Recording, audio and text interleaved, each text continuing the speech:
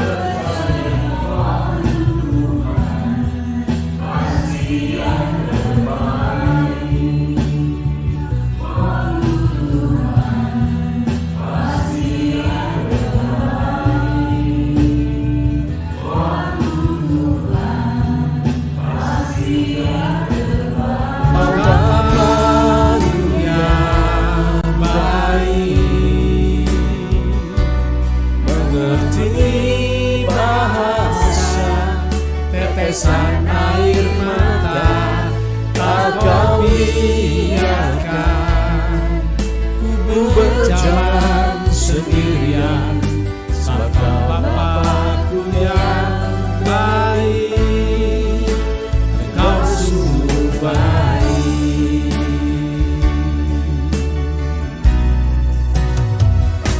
Kau Bapa-Ku yang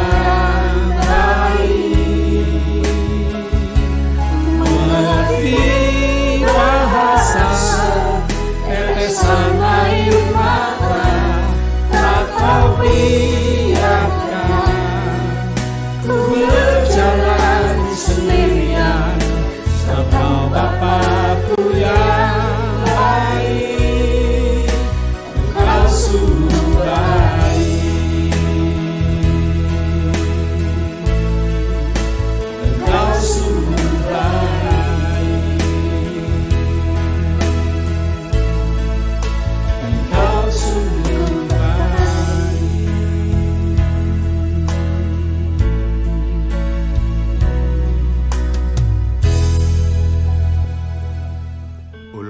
My God, of triune God, Father, the Son, and Holy Ghost, my Redeemer, of triune God, Father, the Son, and Holy Ghost. He is the Christ, wonderful Counselor. He is the Christ, the Almighty God. He is the Christ, everlasting Father. He is the Christ and Prince of Peace.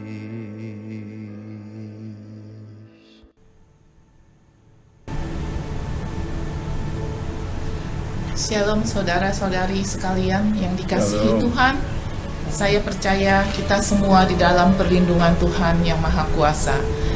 Selamat mengikuti kebaktian bersama Maranatha. Mari kita berdoa. Bapa kami yang ada di surga, tiada henti puji syukur kami ucapkan kepadamu Tuhan atas kasih setiamu yang sempurna di dalam kehidupan kami. Tuhan, kami mau memulai kebaktian ini Tuhan, tolong pimpin acara ini dari awal sampai akhir. Sertakan worship leader, pemain musik, dan semua anak-anak-Mu yang melayani-Mu di sini Tuhan. Urapi hamba-Mu Pastor Jonas yang akan menyampaikan firman-Mu. Kami haus akan firman-Mu Tuhan, karena firman-Mu yang memberikan kekuatan dan menerangi kehidupan kami. Kami mau membuka hati kami untuk menerima firman-Mu. Berfirmanlah Tuhan, kami anak-anak-Mu di sini siap untuk mendengarkannya. Dalam nama Tuhan Yesus kami sudah berdoa. Amin.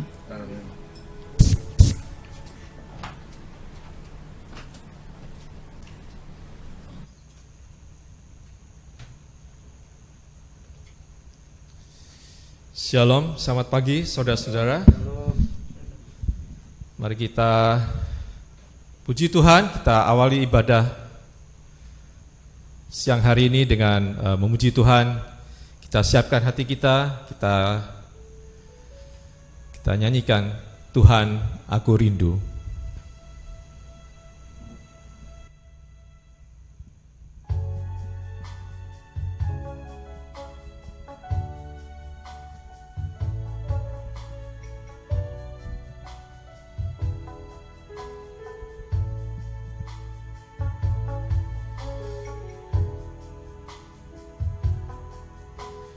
Tuhan, aku rindu.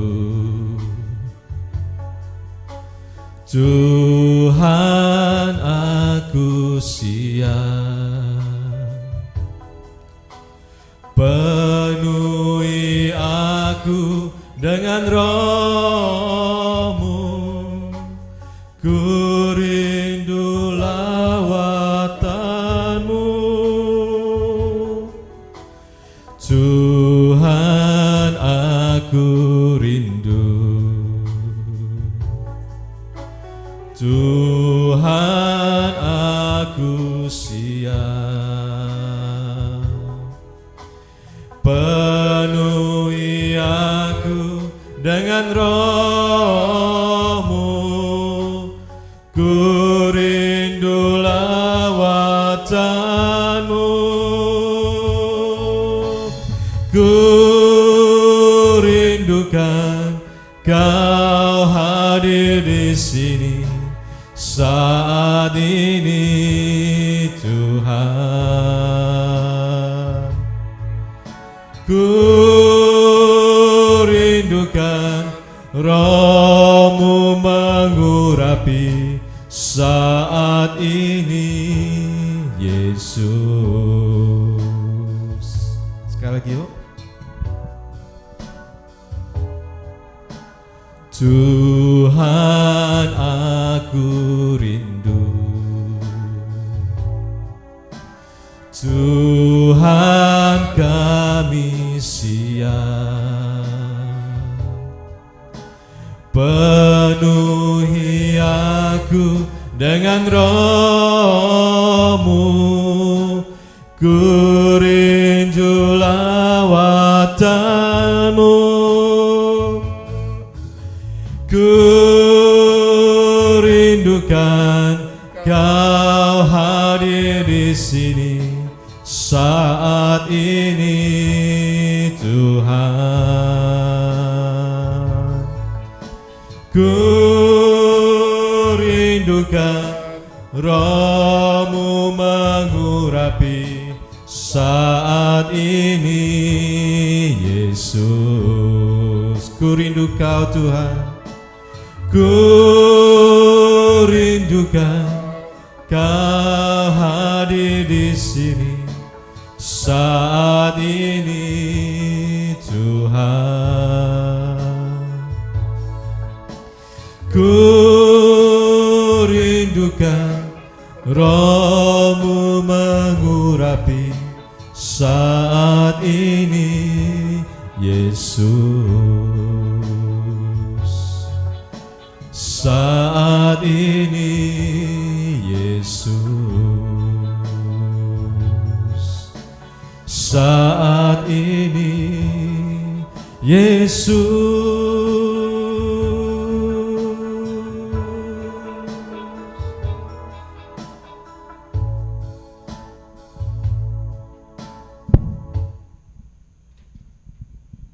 Amin, puji Tuhan.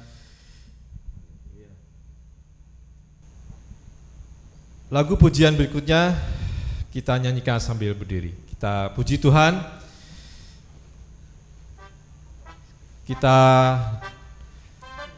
kita bersyukur karena sebetulnya Alkitab berkata bahwa bukan kita yang memilih, tetapi kita yang dipilih oleh Tuhan. Amin.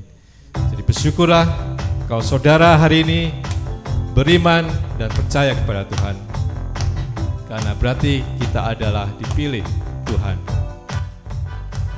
Kita dipilih dari segala bangsa, kita dipilih jadi umatnya. Kita dipilih dan dikuduskannya, membawa kemuliaan hanya bagi Dia. Kita dipilih dari segala bangsa, kita dipilih jadi umatnya.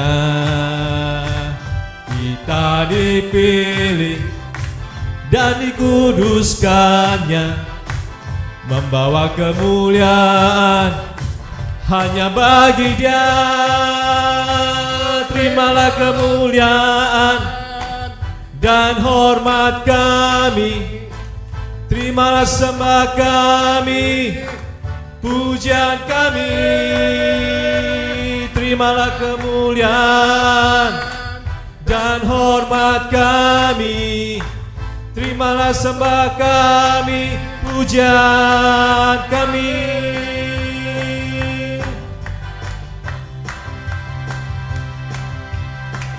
Lebih dari pemenang dalam segala perkara, iblis telah dikalahkan oleh kuasa darahnya. Jika Allah di pihak kita, siapa dapat melawan? Kita lebih dari pemenang, lebih dari pemenang dalam segala perkara. Iblis telah dikalahkan oleh kuasa darahnya. Jika Allah di pihak kita, siapa dapat melawan? Kita lebih dari pemenang. Haleluya. Kibarkanlah panjinya, Yesus Raja segala raja. Haleluya. Bangkitlah gerejanya, kita lebih dari pemenang, lebih dari pemenang dalam segala perkara. Iblis telah dikalahkan oleh kuasa darahnya. Jika Allah di pihak kita, siapa dapat melawan? Kita lebih dari pemenang. Haleluya. Kibarkanlah panjinya, Yesus Raja segala raja. Haleluya. Bangkitlah gerejanya, kita lebih dari pemenang.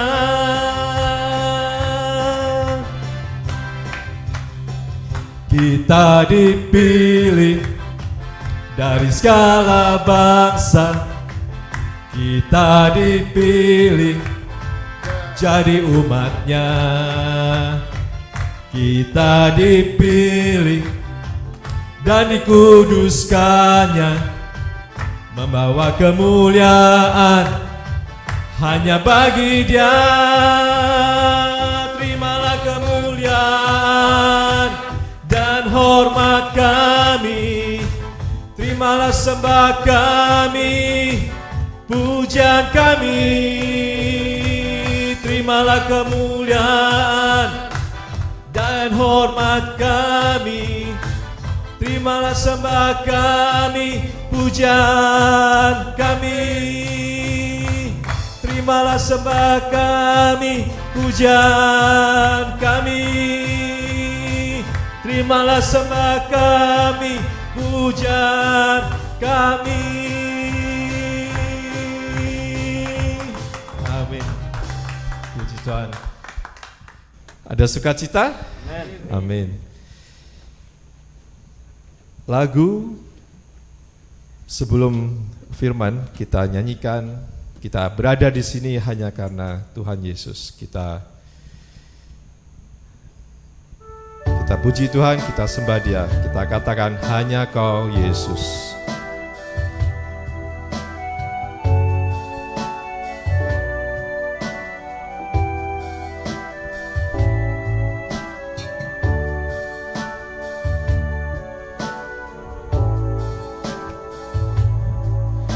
Kau telah buktikan cintamu padaku, Kau membayarku dengan hidupmu, ku bersyukur. Yang ada padaku semuanya milikmu, ku persembahkan seluruh hidupku di mezbahmu. Hanya Kau yang menjadi tempat jawaban, hanya Kau tempatku berharap. Berjalan bersamamu ku takkan goyah, sebab tangan kasih-Mu tersedia bagiku. Selamanya Kau ku cinta. Ya, lagu ini juga mengajarkan kepada kita untuk mencari Tuhan di dalam setiap masalah kita. Kita nyanyikan sekali lagi.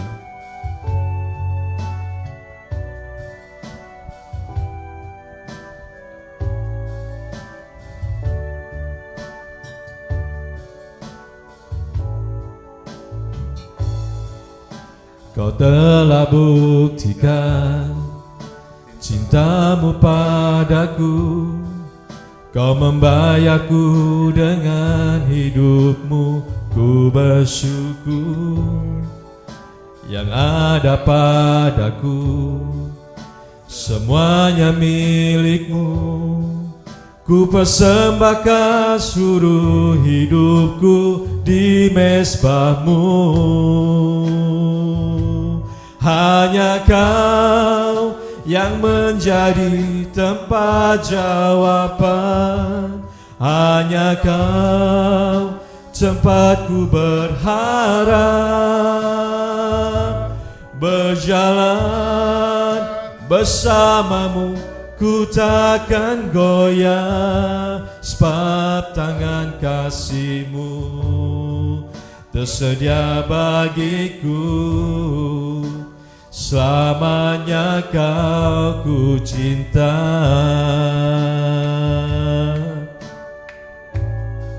Hanya Kau yang menjadi tempat jawaban, hanya Kau tempatku berharap. Berjalan bersamamu tu takkan goyah, sebab tangan kasih-Mu tersedia bagiku. Selamanya Kau ku cinta. Selamanya Kau ku cinta. Selamanya Kau ku cinta.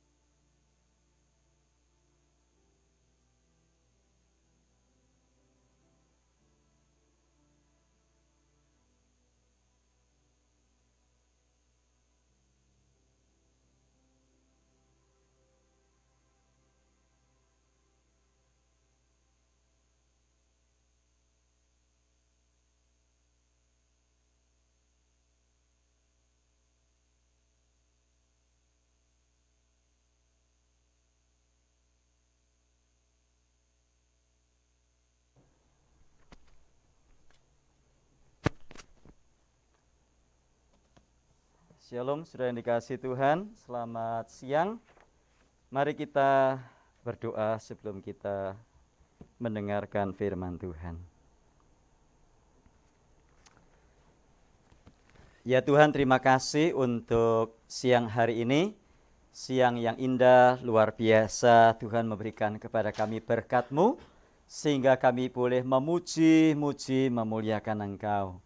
Tuhan, sekarang kami akan mendengarkan firman-Mu. Mari Tuhan Engkau berbicara. Engkau pakai hamba-Mu ini jadi alat Tuhan, alat untuk pemberitaan kasih, teguran, nasihat, kekuatan, pendorong, penolong kami, sehingga kami dimampukan untuk menjalani hidup ini dengan kekuatan dan pertolongan dari Tuhan, hidup sebagai orang Kristen, hidup sebagai gereja Tuhan, hidup dalam takut akan Engkau. Terima kasih Tuhan. Berbicaralah karena kami siap mendengarnya. Di dalam nama Tuhan Yesus kami berdoa. Amin. Kita akan membuka firman Tuhan dari kitab Wahyu. Saya berjanji untuk membahas ketujuh jemaat dari kitab Wahyu. Dari yang pertama nanti kita akan belajar dari jemaat di kota Efesus, atau pesan-pesan Tuhan untuk jemaat di Efesus. Kita akan belajar selama dalam 7 kali pertemuan. Kalau Tuhan izinkan, Tuhan sayang kepada kita umur panjang, kita belajar 7 kali pertemuan Efesus. Lalu kalau kita membaca ada juga jemaat Smyrna, Pergamus, Tiatira, dan seterusnya. Ada 7 jemaat. Dan kita akan bahas satu persatu. Kita membahas yang pertama Wahyu pasal 2 ayat 1 hingga ayat yang ke-7. Demikianlah firman Tuhan. Tuliskanlah kepada malaikat jemaat di Efesus. Inilah firman dari Dia yang memegang ke-7 bintang itu di tangan kanannya dan berjalan di antara ke-7 kaki dian emas itu. Aku tahu segala pekerjaanmu, baik jerih payahmu maupun ketekunanmu. Aku tahu bahwa engkau tidak sabar terhadap orang-orang jahat, bahwa engkau telah mencobai mereka yang menyebut dirinya rasul, tetapi yang sebenarnya tidak demikian, bahwa engkau telah mendapati mereka pendusta, dan engkau tetap sabar dan menderita oleh karena namaku, dan engkau tidak mengenal lelah. Ayat 4. Namun demikian, aku mencela engkau, karena engkau telah meninggalkan kasih-Mu yang semula. Sebab itu ingatlah betapa dalamnya engkau telah jatuh. Bertobatlah dan lakukanlah lagi apa yang semula engkau lakukan. Jika tidak demikian, aku akan datang kepadamu, dan aku akan mengambil kaki dianmu dari tempatnya, jikalau engkau tidak bertobat. Tetapi ini yang ada padamu, yaitu engkau membenci segala perbuatan pengikut-pengikut Nikolaus, yang juga kubenci. Siapa bertelinga, hendaklah ia mendengarkan apa yang dikatakan Roh kepada jemaat-jemaat. Barang siapa menang, dia akan kuberi makan dari pohon kehidupan yang ada di taman Firdaus Allah. Demikian firman Tuhan. Berbahagia kita yang mendengar, menyimpannya dalam hati, dan melakukannya dalam hidup sehari-hari. Kitab Wahyu itu adalah kitab yang sedikit agak membutuhkan kejelian. Karena kitab ini kalau dibaca sepintas lalu sepertinya agak susah. Apalagi nanti kalau kita sudah masuk ke pasal 4, 5, 6, 7, sampai 17, 18, 19, 20. Aduh, susah sekali. Kenapa? Karena kitab Wahyu ini disebutkan bentuknya adalah bentuk nubuatan.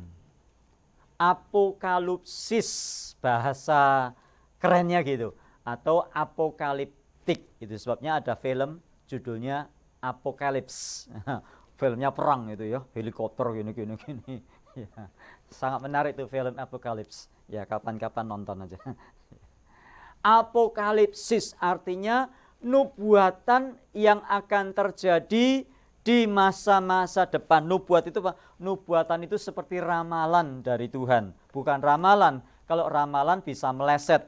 Kalau nubuatan tidak bisa meleset. Jadi itulah sifat dan bentuk kitab Wahyu. Apakah berarti tidak bisa dimengerti? Bisa. Hanya memang sedikit membutuhkan alat bantu dan sedikit membutuhkan ketelitian. Karena ada banyak digunakan simbol-simbol, ada banyak digunakan gambaran-gambaran, ada banyak digunakan istilah-istilah yang kadang-kadang kita nggak ngerti. Nah, itu kitab Wahyu. Nah, kitab Wahyu ini isinya apa sebetulnya? Kitab Wahyu ini adalah pada waktu itu Rasul Yohanes sedang dihukum.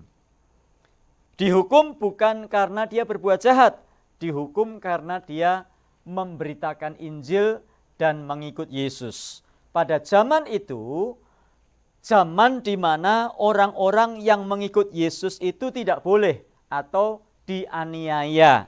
Nah, penganiayaannya salah satunya adalah seperti yang dialami murid Yesus yang bernama Yohanes ini dibuang. Kalau dulu di Indonesia ada yang dibuang ke Pulau Buru. Ya, zaman dulu saya masih ingat waktu saya kecil itu, orang-orang dari Pulau Buru pada waktu itu mereka dikembalikan ke Jawa. Itu kalau malam-malam dikembalikan ke Jawa begitu, rumah saya itu beda satu rumah dengan Kodim ya, Komando Distrik Militer. Ya, jadi kalau malam-malam itu yang dari Pulau Buru itu dikembalikan itu bawanya pakai truk. Bawanya pakai truk lalu pakai sirene ya, bunyi zaman dulu kan sirene masih gitu ya. Dibawa ke Kodim, Komando Distrik Militer, lalu rame di situ, ada keluarga-keluarga yang jemputin, Saudara. Yaitu karena mereka dikembalikan, dipulangkan dari Pulau Buru, itu sekitar tahun 70-an. Ya. Pemberontakan PKI tahun berapa? 65 ya. 65 mereka ada yang dihukum 10 tahun, ada yang dibuang berapa tahun. Jadi kurang lebih itu sekitar tahun 75, Saudara. Itu dikembalikan sebagian sampai akhirnya habis ya dari Pulau Buru. Nah, Rasul Yohanes sama, dia dibuang, dibuangnya bukan ke Pulau Buru, jauh amat ya. dari Israel ke Indonesia jauh amat ya. Mereka dibuangnya ke pulau yang dekat, yaitu pulau yang terdapat di dekatnya Turki, yaitu pulau yang bernama Pulau Patmos. Ya, Patmos. Jadi Rasul Yohanes dibuang ke Pulau Patmos. Terus Yohanes dibuang di sana ngapain? Beternak kelinci, beternak ayam gitu? Enggak. Rasul Yohanes dibuang di sana, dia kerjaannya tiap hari berdoa, berpuasa, belajar firman Tuhan. Dan kita membaca bahwa pada waktu itu Rasul Yohanes mendapatkan suara dari Tuhan. Itu sebabnya kalau kita membaca pasal 2 ayat 1 dikatakan, tuliskanlah kepada malaikat jemaat di Efesus. Nah, pada waktu itu sudah ada banyak gereja. Nah, kalau kita membaca, banyak para ahli setuju bahwa Yohanes ini menuliskan suratnya pada waktu dia dibuang di Pulau Patmos pada zaman pemerintahan Kaisar Diokletianus. Jadi Israel, Palestina waktu itu ada di bawah penindasan Romawi. Mereka masuk di dalam wilayah kekuasaannya Romawi. Dan kaisar yang berkuasa pada waktu itu adalah Kaisar Diokletianus. Sekitar tahun 90-an. Kenapa? Kalau tahun 60-an terlalu early, terlalu pagi. Jadi sekitar tahun 90-an. Dan pada waktu itu Yohanes mendengarkan suara Tuhan. Firman Tuhan berkata, tuliskanlah kepada malaikat jemaat di Efesus. Efesus itu letaknya di Turki. Pada waktu itu namanya Asia Kecil.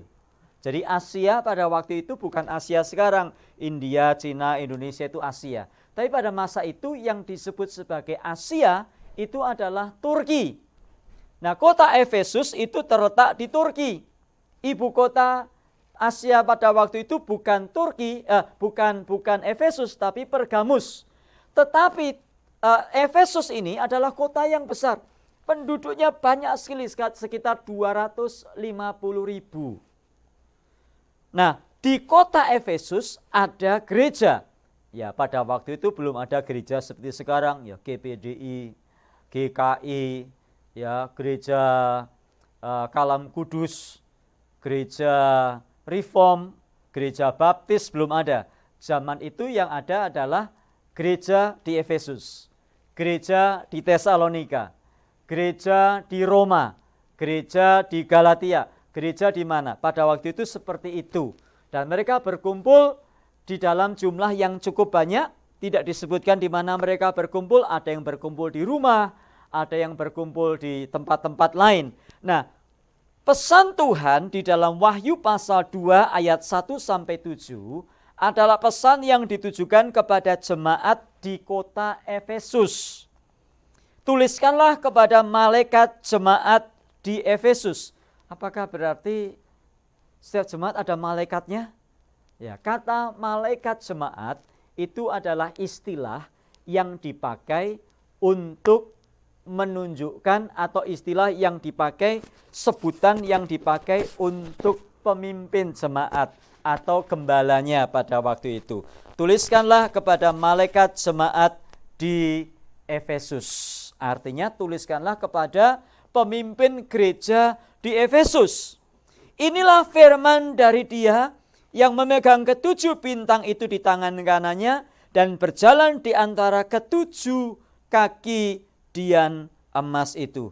Jadi Alkitab berkata, inilah firman dari Dia, dari Yesus, yang memegang ketujuh bintang itu di tangan kanannya. 7 bintang ini siapa? Kok ada bintang 7 di Alkitab? Bukan bintang 7, tapi ketujuh bintang di sini berbicara tentang ketujuh jemaat yang kepadanya Tuhan berfirman. Nah, kita akan membahas bintang yang pertama. Tuliskanlah kepada malaikat jemaat di Efesus, tuliskanlah kepada pimpinan, kepada gembala, kepada pelayan Tuhan di Efesus, firman dari Dia yang memegang ketujuh bintang di tangan kanannya dan berjalan di antara ketujuh kaki dian emas itu. Kalau kita baca Alkitab banyak 7 bintang. Terus apa lagi? 7 kaki dian emas. Terus apa lagi? 7 meterai. Apa lagi? 7 cawan. Terus apa lagi? 7 meterai, 7 cawan, 7 sangkakala. Terus ada apa lagi? Ada banyak 7. Memang itu yang dilihat Yohanes. Dan jangan lupa 7. Kenapa kok 7? Nah, nanti kalau kita membaca 7, nanti ada 6, ada 6-nya. Pada waktu dikatakan bilangan itu, bilangan dari binatang itu, bilangan anak manusia, bilangan dari manusia adalah 6. 6. 7 itu adalah bilangan untuk Tuhan Allah. Tuhan Allah menciptakan manusia dan alam semesta selama 7 hari. Jadi kata 7 ini seringkali dipakai. 7.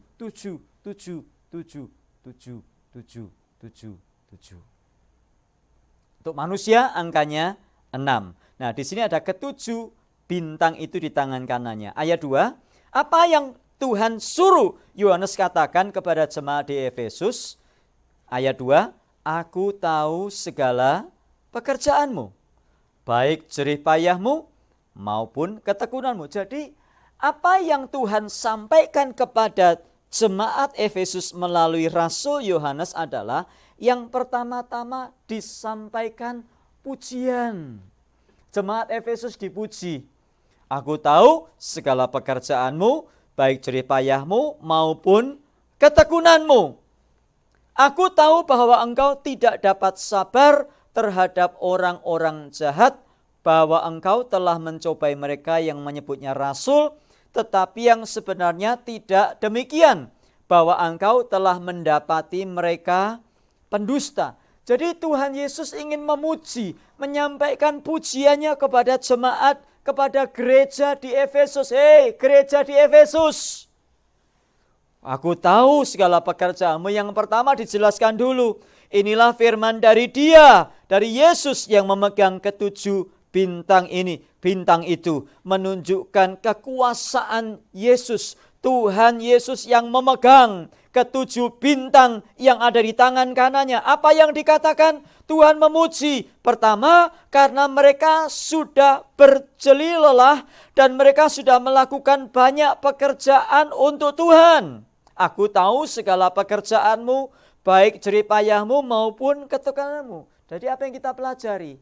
Setiap jerih payah kita untuk Tuhan, itu Tuhan yang tahu. Manusia kadang-kadang nggak tahu ya. Sudah capek-capek, sudah masak, sudah mempersiapkan ibadah, sudah mempersiapkan perjamuan, sudah mempersiapkan segala sesuatu, manusia kadang-kadang tidak tahu. Bahkan kadang-kadang manusia sukanya mencemooh. Manusia sukanya melihat kekurangan-kekurangan. Kok kurang ini sih? Kok kurang itu sih? Kok kurang ini sih? Kok kurang itu sih? Kamu nggak ngerasain gimana nyiapinnya. Nyiapinnya aja susah loh. Itu manusia. Tetapi Tuhan, Alkitab berkata, aku tahu segala pekerjaanmu, baik jerih payahmu maupun ketekunanmu. Jadi mereka berjerih payah. Mereka mencurahkan seluruh perhatiannya, mereka mencurahkan seluruh apa yang mereka punya, mereka memberikan apa yang mereka bisa. Tetapi bukan hanya itu, ketekunan mereka juga mendapatkan pujian, bukan cuma sekali. Ya kalau nyiapin cuma sekali semua orang juga bisa. Tapi kalau continue mempersiapkan segala sesuatunya, kalau masak cuma sekali semua orang juga bisa kan? Tapi di sini dikatakan ketekunanmu, your continuity, terus menerus, tidak berhenti, tidak merasa lelah. Nah, ketekunan ini biasanya sulit kita dapatkan dari banyak orang. Kalau cuma sekali-sekali, oke. Kadang-kadang saya ketemu orang gitu ya, kok bisa tolong saya nggak? Tolongin apa? Kalau sekali ya bisa, tapi kok terus-terusan nggak bisa loh ya. Itu biasa ya. Kita kalau ketemu orang begitu ya. Kalau sekali ya nggak apa-apa sih. Ada orang, Pak, saya mau pinjam uang. Buat apa pinjam uang? Ya saya ada perlu ini. Ya sekali loh ya, tapi kalau terus-terus nggak bisa. Andre, bisa jemput saya nggak Andre? Tapi Andre selalu jemput kemana-mana dia jemput. Banyak orang kalau suruh jemput, bisa nggak jemput saya? Saya dijemput. Ya sekali ya nggak apa-apa, tapi kok terus-terusan sorry aja nggak bisa ya. Ya, bisa nggak masak buat gereja? Ya kalau sekali-sekali ya oke, tapi tiap minggu ya ogah lah. Tapi jemaat Efesus ini luar biasa loh. Aku tahu segala jerih payahmu dan segala ketekunanmu. Aku tahu bahwa engkau tidak sabar terhadap orang-orang jahat, bahwa engkau telah mencobai mereka yang menyebut dirinya rasul, tetapi yang sebenarnya tidak demikian, bahwa engkau telah mendapati mereka pendusta. Jadi jemaat di Efesus ini bukan jemaat yang sembarangan manggil pengkhotbah, saudara. Zaman dulu ada orang itu sering bepergian dari satu tempat ke tempat yang persis kayak zaman sekarang ya. Ngaku-ngakunya sih rasul ya, saya ini rasul Yesus, saya ini hamba Tuhan. Ya, kartu namanya di depannya ada PS. Ya. Ada yang PSSI, ada yang PS apa, sudah ya. Pokoknya ada PS-nya. Artinya pastor. Ya, ada reverend. Ya, belakangnya ada STH, MA, MDiv, MTH, PhD, ya, DBS, DDS, pokoknya pakai ada D semua. Gelarnya nggak ketulungan. Tetapi jemaat Efesus nggak sembarang terima orang loh. Jemaat Efesus sudah pekerjaannya luar biasa, tekun. Ini jemaat Efesus adalah jemaat yang screeningnya ketat sekali. Dia nggak sembarangan orang boleh khotbah. Bahkan dia jemaat Efesus adalah jemaat yang mencobai orang-orang yang mengaku sebagai rasul diuji. Betul nggak ini rasul? Lalu khotbahnya gimana? Benar nggak ini khotbahnya? Sesuai Alkitab nggak nih? Lalu bagaimana dia menyampaikannya? Betul nggak ini? Jangan-jangan apa yang disampaikan nggak sesuai Alkitab, sesuai dengan apa yang dia mau. Beda dengan jemaat Korintus. Jemaat Korintus dalam 2 Korintus pasal 11 ayat 4 dikatakan, Sebab kamu sabar saja jika ada seseorang yang datang memberitakan Yesus lain daripada yang telah kami beritakan, atau memberikan kepada kamu roh yang lain daripada yang telah kamu terima, atau Injil yang lain daripada yang telah kamu terima. Jemaat Efesus enggak pernah memfilter. Jemaat Korintus tidak pernah memfilter. Jemaat Korintus tidak pernah menguji. Tapi jemaat Efesus hebat loh saudara. Diuji enggak sembarangan, boleh cuap-cuap dari mimbar, ya. Terus juga kalau kita membaca ayat yang ketiga, dan engkau sabar dan menderita oleh karena namaku, dan engkau tidak mengenal lelah. Jadi rupa-rupanya bukan cuma Rasul Yohanes yang menderita aniaya, jemaat Efesus pun juga dianiaya. Jemaat sekarang enggak ada dianiaya ya, enggak ada yang dianiaya. Jemaat sekarang enak-enak semua saudara. Ya, yang namanya orang Kristen sekarang jauh dari kata yang namanya dianiaya. Tapi jemaat Efesus waktu itu dianiaya. Ada yang dicambuk, ya, ada yang dibunuh, ada yang disiksa, ada yang dikasih makan ke binatang dan segala sesuatu. Dan ini dipuji oleh Tuhan Yesus melalui Rasul Yohanes. Bahkan kalau kita membaca ayat yang ke-6, tetapi ini yang ada padamu, yaitu engkau membenci segala perbuatan pengikut Nikolaus yang juga ku benci. Siapa ini Nikolaus? Tidak jelas, saya membaca banyak tafsiran. Nikolaus tidak jelas siapa itu. Tapi yang jelas, Nikolaus ini menarik dan mendorong orang-orang untuk berbuat dosa. Tetapi Alkitab berkata, jemaat Efesus tidak suka kepada Nikolaus dan pengikut-pengikutnya. Jemaat Efesus berani menentang Nikolaus dan itu dipuji oleh Tuhan. Jadi luar biasa ya. Jadi pertama mereka bekerja keras dan mereka tekun. Mereka menguji para nabi-nabi palsu. Mereka sabar dan mereka tidak mudah lelah di dalam segala penderitaan. Mereka mengalami aniaya dan mereka membenci dosa. Bagus ya. Sudah kira-kira kalau jemaat Maranatha kira-kira seperti itu, sudah kira-kira gimana? Tanggapan saudara gimana? Ya. Masuk surga. Kira-kira saudara ngasih like berapa di Facebooknya, page-nya Maranatha? Kira-kira saudara ngasih like-nya 1, 2, atau 4? Kaki juga nih. Wah, kita pasti kasih like, subscribe, ya, like, share, follow, saudara. Ya.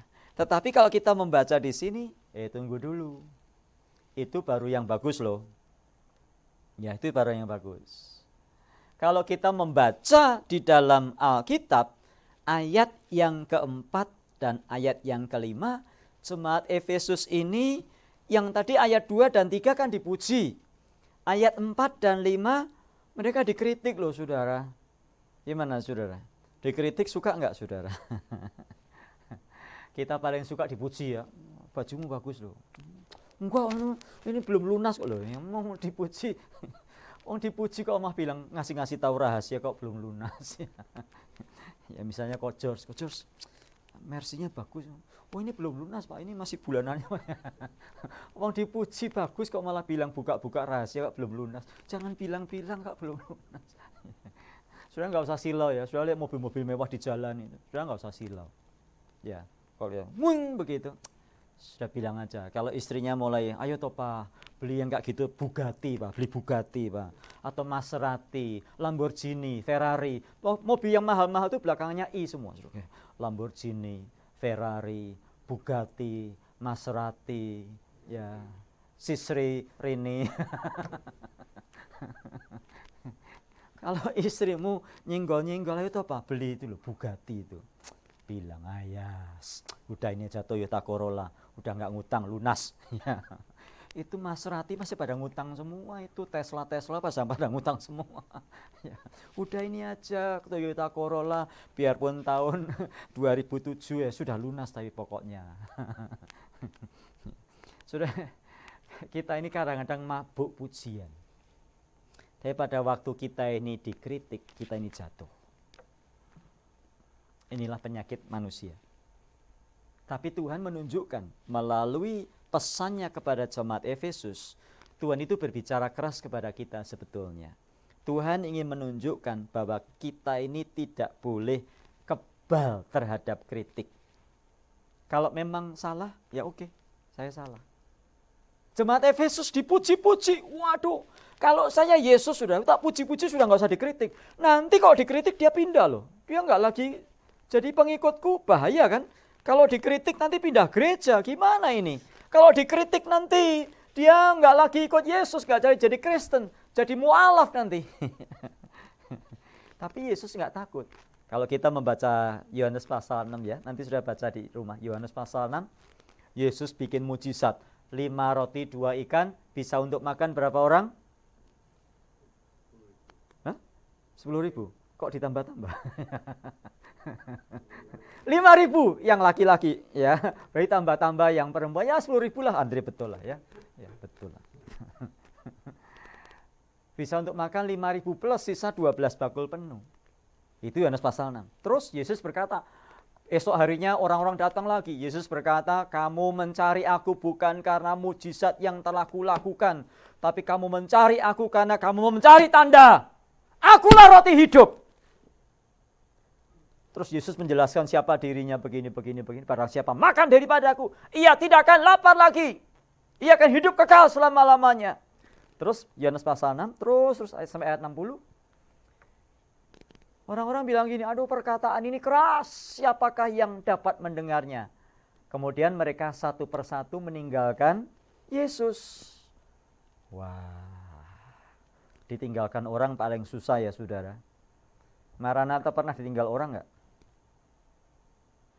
Maranatha pernah tinggal orang enggak? Kok enggak ada yang jawab? Enggak pernah. Enggak pernah ya? Enggak pernah. Jujur. Maranatha ditinggal orang, waduh susah ya. Waduh, dia tiba-tiba pindah ke sana. Saya lihat ada orang Maranatha ya, sudah enggak pernah ke Maranatha lagi. Saya lihat di kebaktian online dia ada di situ juga sudah ya. Waduh, kawat juga. Terus apa kira-kira tanggapan Yesus kira-kira gimana saudara? Lihat orang-orang pada ninggalkan Yesus. Jangan dong, jangan pindah. Aku bikin mujizat lagi ya.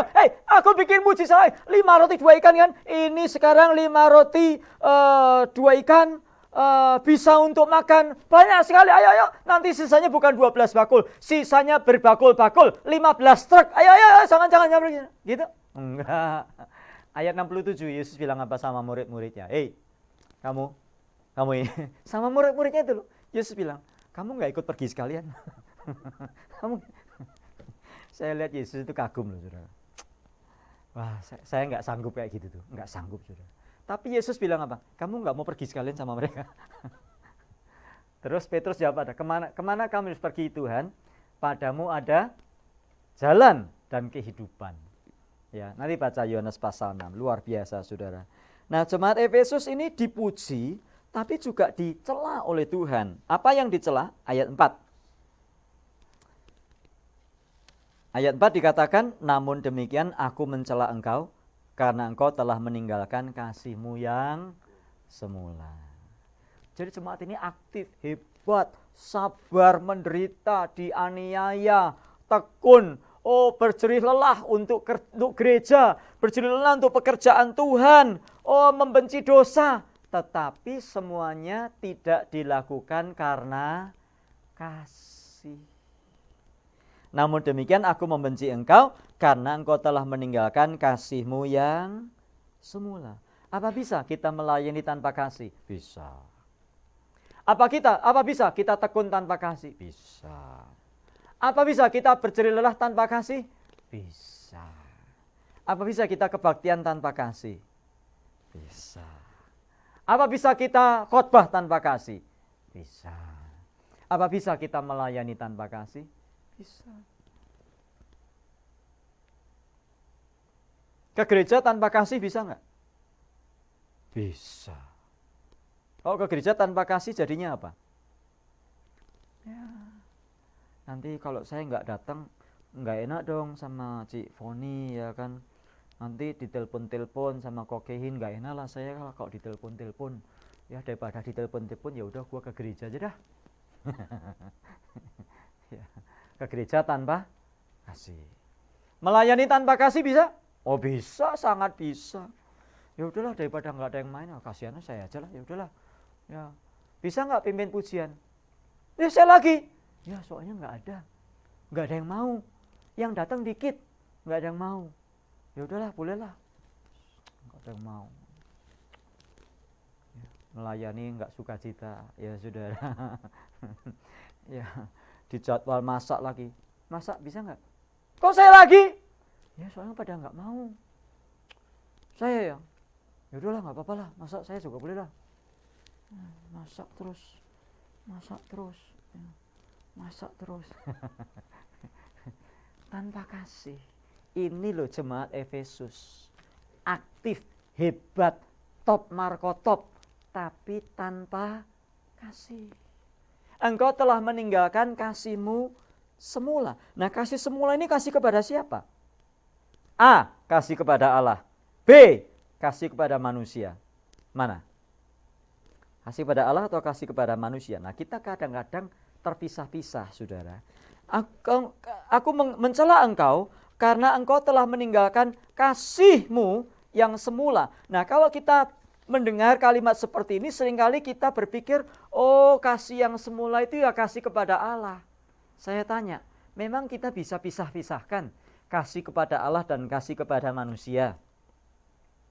Bisa nggak kita ini mengasihi Allah tapi nggak mengasihi manusia? Bisa nggak? Nggak bisa.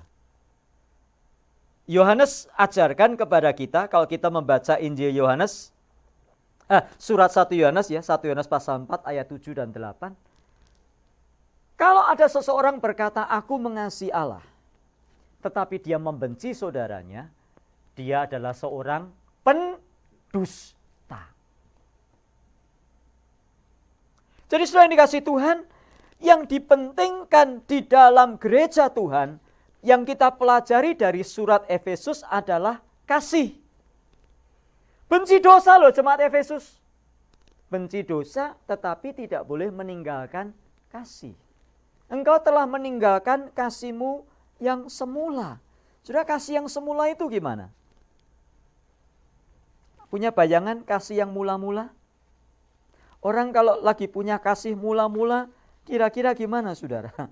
Kasih yang mula-mula, kasih ini adalah perintah yang utama dari Tuhan Yesus. Matius 22 ayat yang ke-35 sampai ke-38. Guru, hukum manakah yang pertama dan yang terutama? Yesus menjawab, hukum yang pertama dan yang terutama ialah kasihilah Tuhan Allahmu dengan segenap hatimu, dengan segenap jiwamu, dengan segenap kekuatanmu. Itulah hukum yang pertama dan hukum yang utama dan yang pertama. Dan hukum yang kedua yang sama dengan itu ialah kasihilah sesamamu seperti dirimu sendiri. Jadi kasih adalah perintah yang utama. Sebelum kita melakukan yang lain-lain, yuk belajar mengasihi dulu. Dan mari kita introspeksi, mari kita evaluasi. Sejauh ini apa yang kita lakukan kepada Tuhan.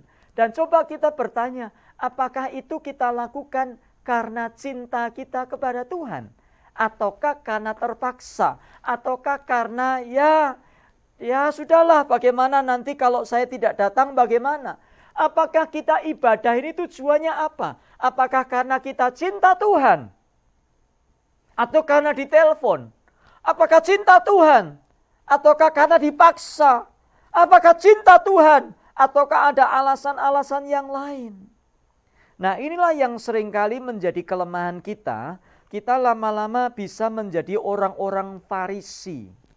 Orang Farisi, kalau kita membaca di dalam Lukas pasal 11, ayat 37 sampai 42, orang-orang Farisi ini orang yang giat bertekun untuk hukum Taurat. Orang yang mengawasi, semua orang diawasi. Apakah mereka melakukan hukum Taurat dengan teliti, dengan giat, dengan teratur atau tidak.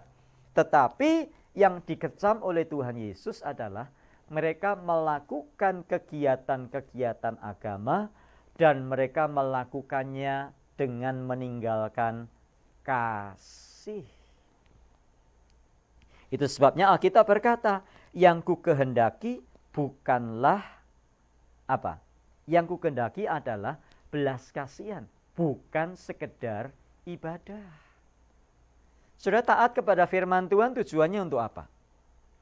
Sudah berdoa, baca Alkitab, sudah memberi persembahan, sudah melakukan penginjilan, sudah melakukan apa-apa, tujuannya apa? Jangan sampai kita melakukan ketaatan seperti ketaatan Taurat, tetapi kita menanggalkan kasih yang mula-mula. Jadi kasih kepada Tuhan, tetapi juga kasih kepada sesama. Buat apa sih kita ini teriak-teriak dari mimbar? Buat apa sih kita ini kelihatan online? Buat apa sih kita kelihatan aktif? Tetapi kita ini cakar-cakaran tidak pernah selesai dari terbit matahari sampai pada masuknya, dari kedatangan Yesus pertama kali sampai kedatangan Yesus kedua kali, kita ini masih cakar-cakaran. Ini yang ditegur Tuhan kepada jemaat di Efesus. Hebat, bertumbuh, gerejanya besar, tetapi tidak ada kasih.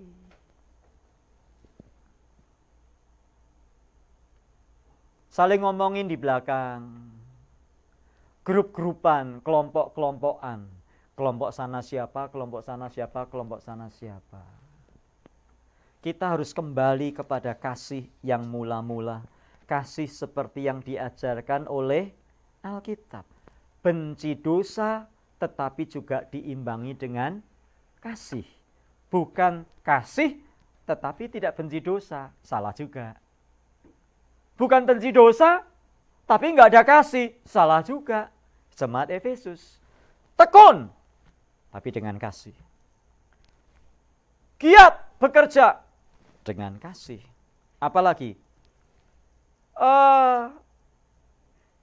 men-screening para hamba Tuhan, tapi harus dengan kasih.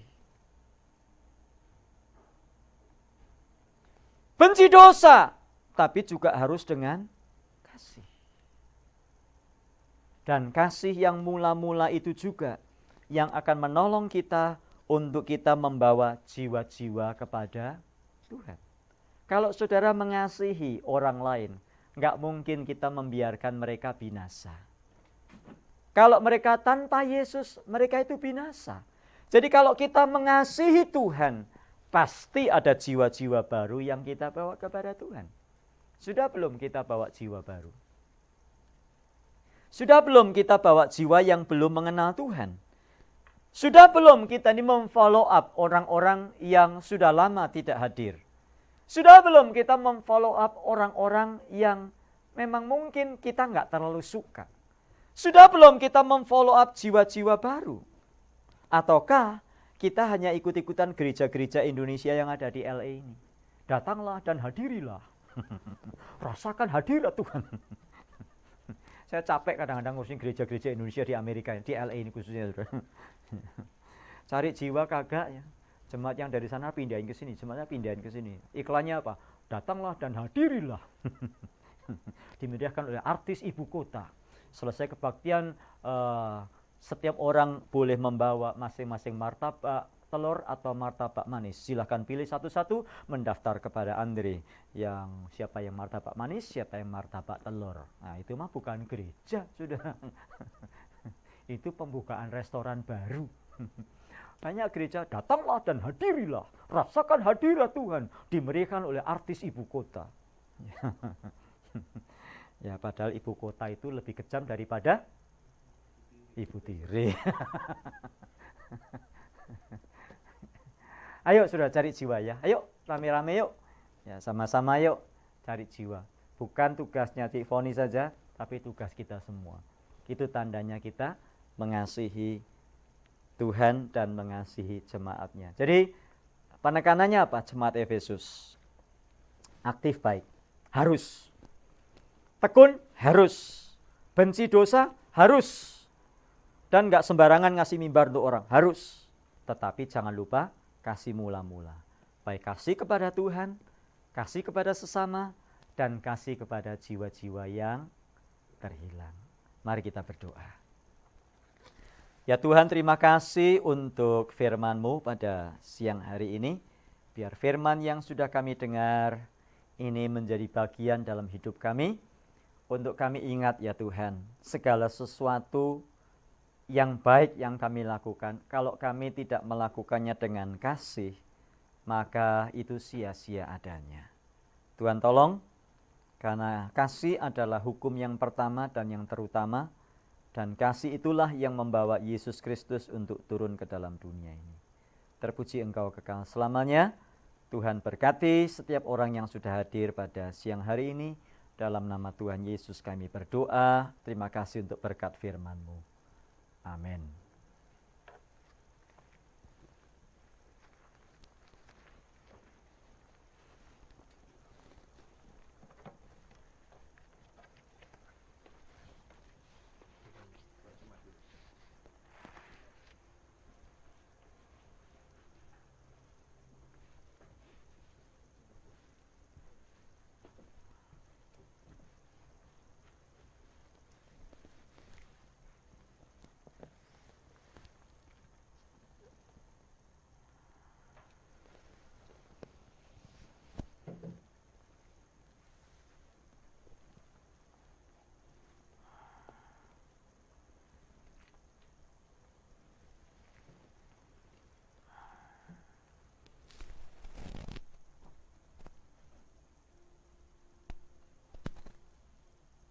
Terima kasih Pak Jonas Mulyo atas pemberitaan firman-Nya.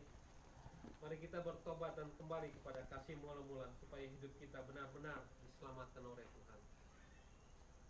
Berbahagialah orang yang mendengarkan, menerima dan melakukan firman-Nya. Mari kita satukan hati, kita berdoa bersama-sama.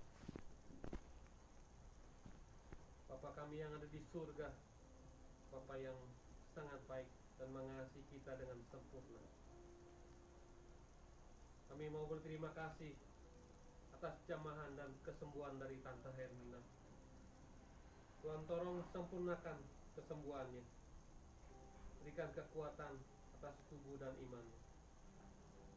Kami terus berdoa juga untuk kesembuhan dari mata Cilusi dan Ko Yakobus. Tuhan tolong cerikan matanya. Dan untuk Mike, untuk Kohandi, Tandi, Ritiau dan Koyongki, Tuhan tolong sempurnakan kesembuhan ginjalnya.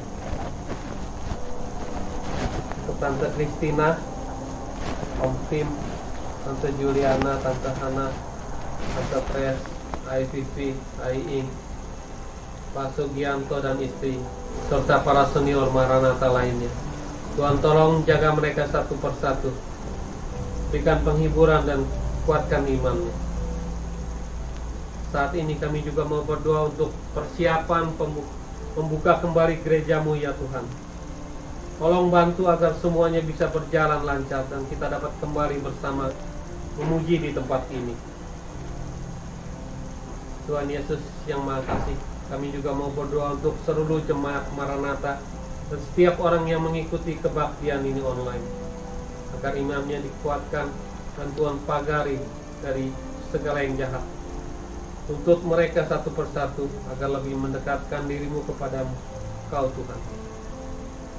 Terima kasih Tuhan, ampuni segala dosa dan pelanggaran kami. Tuhan, hidup kami ada di dalam tangan-Mu.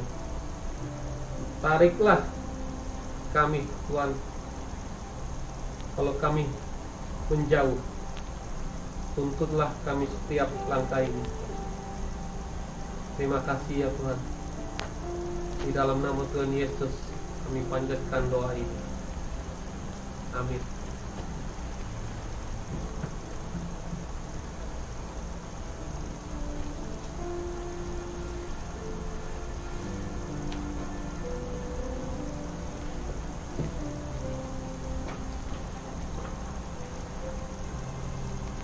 Saudara,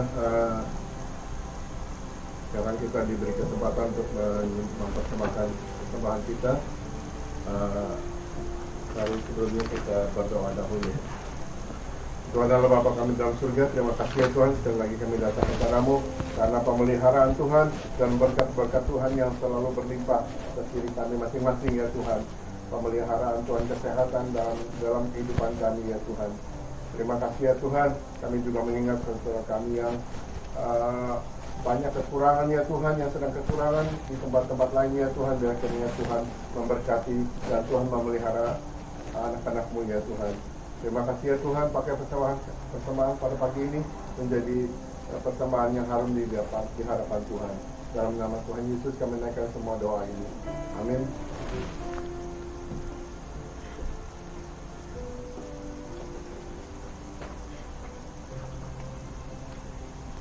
Pujian berikut adalah untuk mengingatkan kita bahwa Tuhan adalah penyembuh kita. Untuk mereka yang sakit, mari kita serahkan pengharapan kita hanya kepada Tuhan Yesus. Nah, Dialah penyembuh kita.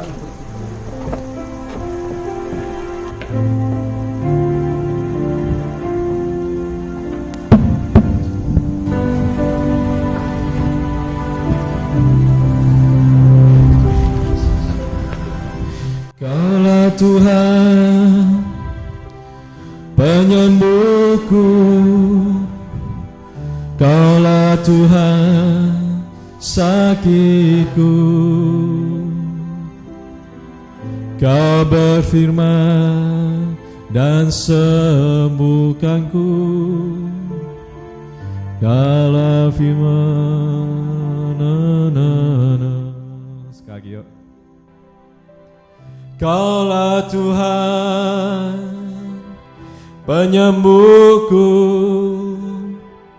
Kaulah Tuhan pemulihku. Kau pulihkan hidupku. Kau berfirman pulihkanku. You are the God that healeth me. You are the Lord my healer. You send your word and you heal my disease. You are the Lord my healer. You are the God that healeth me. You are the Lord my healer. You send your word and you heal my disease. You are the Lord my healer.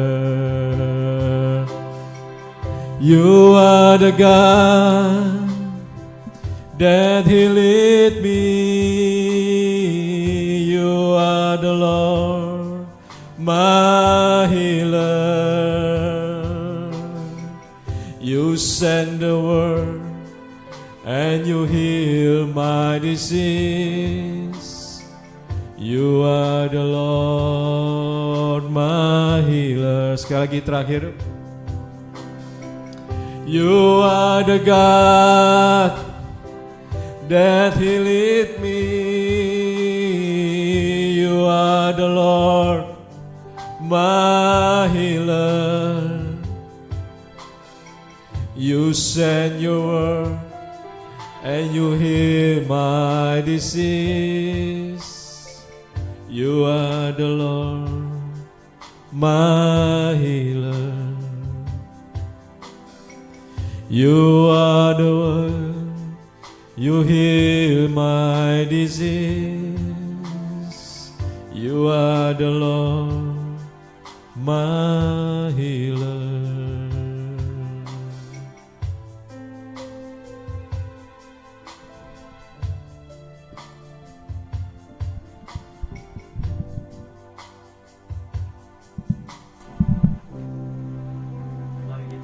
Bersama. Saudara yang dikasihi oleh Tuhan, arahkanlah hatimu kepada Tuhan dan terimalah berkat-Nya. Sebab Tuhan memberkati engkau dan melindungi engkau. Tuhan menyinari engkau dengan wajah-Nya dan memberi engkau kasih karunia-Nya. Tuhan menghadapkan wajah-Nya kepadamu dan memberi engkau damai sejahtera. Karenanya pulanglah dan bawalah anugerah yang besar dari Allah Bapa, kasih yang sempurna dalam Tuhan Yesus Kristus, persekutuan, penghiburan, dan pertolongan oleh Roh Kudus yang beserta kita sekalian, sekarang dan sampai Maranatha. Amin.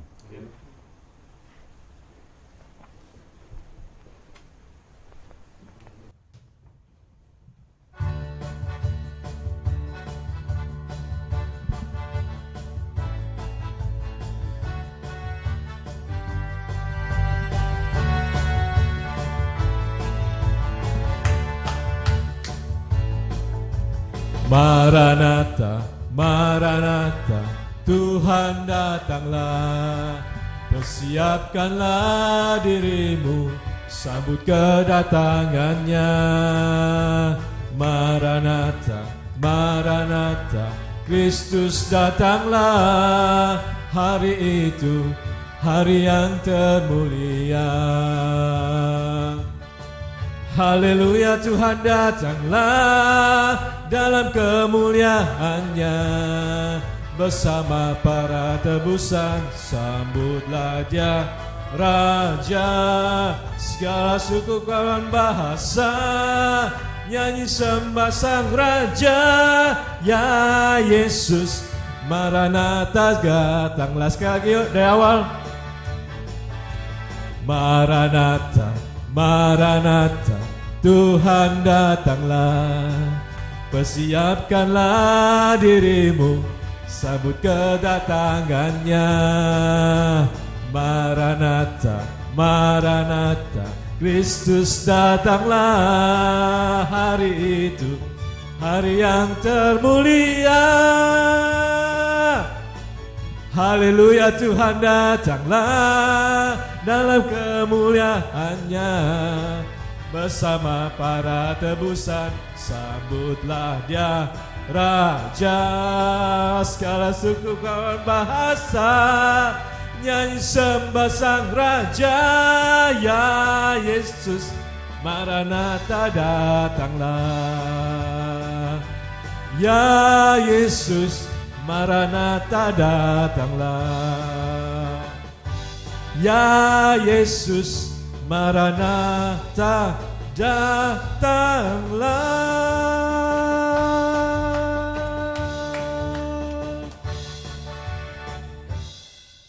Amin, puji Tuhan. Terima kasih Ko Yongki. Ibadah hari ini selesai, saat teduh sampai berjumpa kembali minggu depan.